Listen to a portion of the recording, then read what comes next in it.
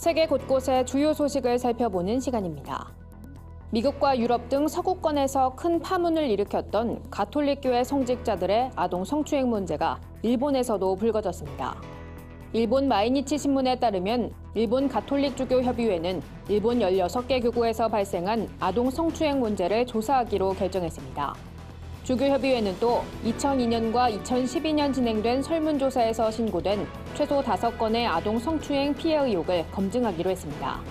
실제로 어린 시절 성직자들에게 성적 학대를 받았던 피해자들의 증언도 잇따르고 있습니다. 산불로 강원 지역이 큰 피해를 입은 가운데 러시아에서도 대규모 산불이 진행되고 있다는 소식입니다. 타스 통신에 따르면 7일 기준 러시아 전역의 3,560헥타르 면적에서 모두 7건의 산불이 진행되고 있는 것으로 알려졌습니다. 러시아 당국은 580여 명의 인력과 105대의 장비를 투입해 진화에 총력을 기울이고 있는데요. 한편 대규모 산림지대가 위치한 러시아 극동 시베리아 지역에선 겨울이 끝나고 봄이 시작되는 3, 4월 무렵에 산불이 집중적으로 발생해왔습니다.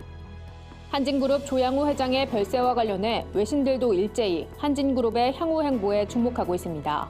외신들은 조 회장이 1999년 부친으로부터 경영권을 승계한 뒤 20년 만에 대한항공이 44개국 124개 도시를 잇는 세계 톱클래스 항공으로 자리매김했다며 그의 경영 리더십을 평가했습니다.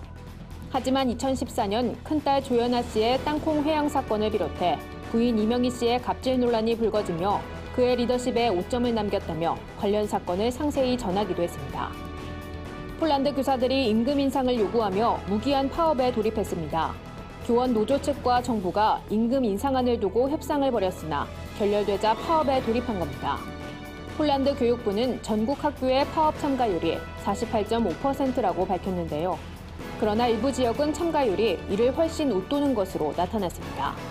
교사들이 파업에 나선 이유는 집권 보수당이 다음 달 유럽연합 의회 선거를 앞두고 기업과 농업 분야 등에는 다양한 재정 부양책을 제공했지만 만성적인 저임금에 시달리는 교사는 제외했기 때문입니다.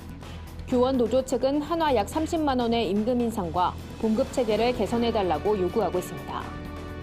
영국 정부가 배우자의 동의가 없어도 6개월 내 이혼 절차를 마무리할 수 있도록 법을 개정하기로 했습니다. 현재는 배우자의 불합리한 행동이나 의무 불이행 등으로 결혼 생활이 실패했다는 점을 증명하지 못할 경우 배우자 동의 없이는 이혼이 불가능한데요. 배우자 동의 없이 이혼하기 위해선 5년간 따로 떨어져 살아야 합니다. 영국 법무부 장관은 이번 개정안을 통해 배우자의 잘못을 증명하기 위해 노력하거나 이미 파국을 맞은 상태에서 장기간 결혼 생활을 유지해야 하는 일을 줄일 수 있을 것이라며 아울러 이혼 과정에서 자녀들이 받는 상처를 줄일 수 있을 것이라고 전했습니다.